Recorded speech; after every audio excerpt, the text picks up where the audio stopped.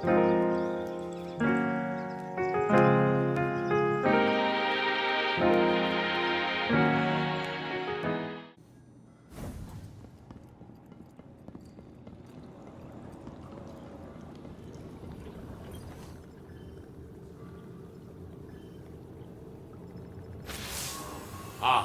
I see you. You see me too?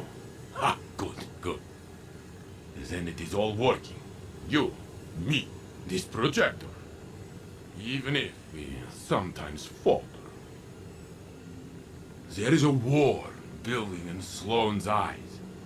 One that Xivu Arath will exploit, as she did with Osiris. Savathun wore his face, but it was Xivu Arath who took his light. Her whips drove him into a frenzy, lured him into danger, forced Sagira's sacrifice, and left him to die. Now she twists my thoughts into thorns, draws out the faces of the suffering Elixni into my dreams. She whispers that I took pleasure in their pain. I see their eyes as they died by my hands, and they see me. She does not lie. She challenges what you hold as a strength. Osiris's ambition, my protection, Sloane's duty. I have felt how the right word, the right face, can incite one to violence. But I have changed. What she has taken, it will not break me. Sloane is no warrior of glass, but the war within her. Even stone crumbles under enough strife. Stay with her, Guardian, as I should have with Osiris. We must offer her what support we are able, even if she does not want it.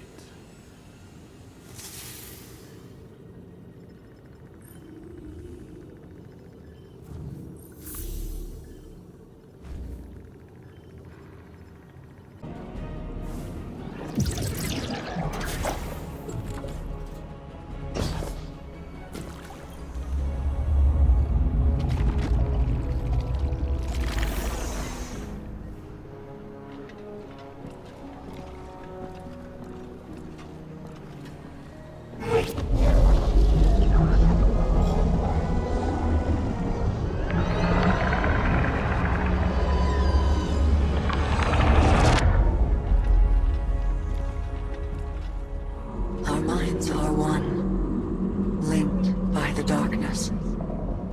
But only for a moment. I must borrow Sloane's voice to speak my words. Please, heed them well.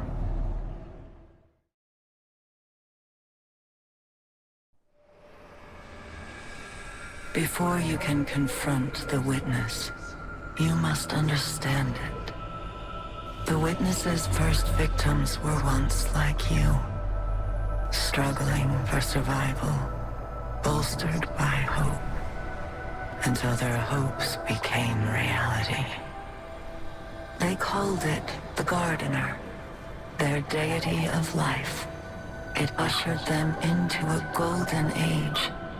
For eons they prospered. But their newfound god never spoke to them.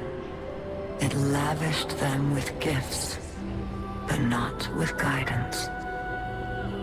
And though they lived in paradise, they came to crave a greater purpose. They desired meaning, structure, a winnower, to shape the garden. Their scholars discovered that the Gardener shared a connection with another entity among the stars. They called it the Veil, and when they found it, they arrived to claim it. They already knew much about the light, how it could bend the laws of the universe and create life. But they came to realize that it could bring ruin just as easily. The cosmic events it set in motion could wipe out entire civilizations in a heartbeat, without reason. And so they saw the light, not as a source of prosperity, but of unfettered chaos. By studying the Veil, they came to know the darkness. A power that was shaped by thought and consciousness. And in the darkness, they found the means to carve away the chaos of existence, to calcify it into a final shape. Eternal and perfected. They brought the Veil back to the Gardener in an attempt to strengthen their connection. There, they could reshape reality itself. The Gardener would not allow it. And so it fled their world. But they would not be deterred. Having witnessed the truth in the darkness, they used its binding power to merge themselves into the salvation they craved. Thus began the Witness's pursuit. Its campaign to impose meaning on a meaningless universe. One that is nearly at its end.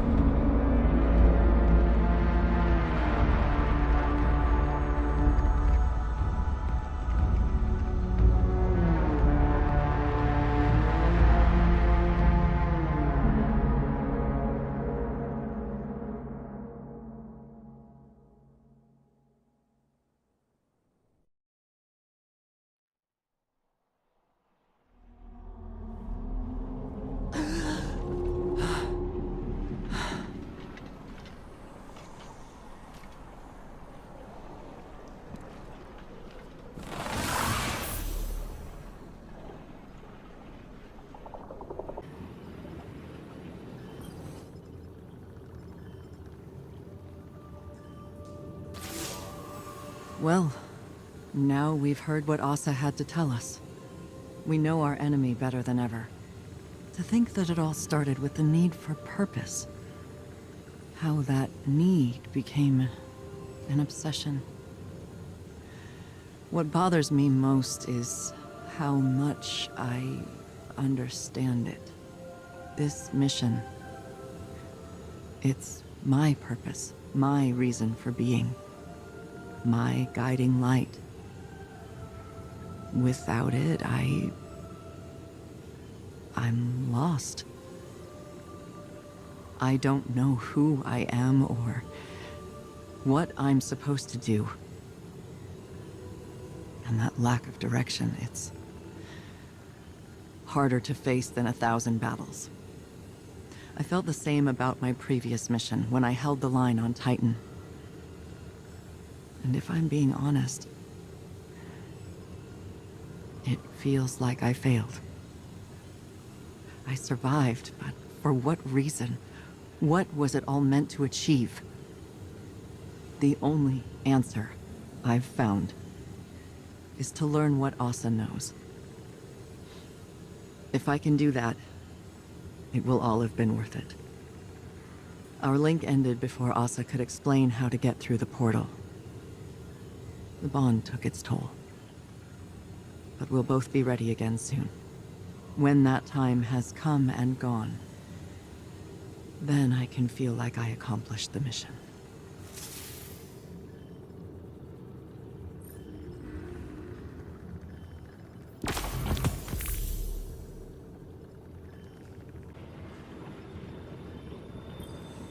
You never did tell me why you trust the Nine so much. Oh, I don't. Not even a little. I trust Orin. Orin? Long story.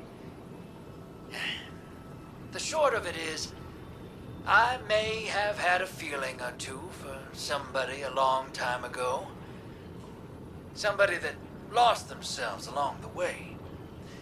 But there's a little piece of her still out there. A sliver. Who still has a feeling or two for the somebody I could be. So I trust her. Because she ain't never steered me wrong. No matter how rotten I was. Because at the end of the day, maybe we gotta put our faith in something other than ourselves. Even if we're too stubborn to admit it. I didn't expect you to put a lot of stock in faith. And I didn't expect you to lose yours and keep moving. Guess we're all full of surprises, ain't we? I'm giving you the benefit of the doubt that you're being genuine.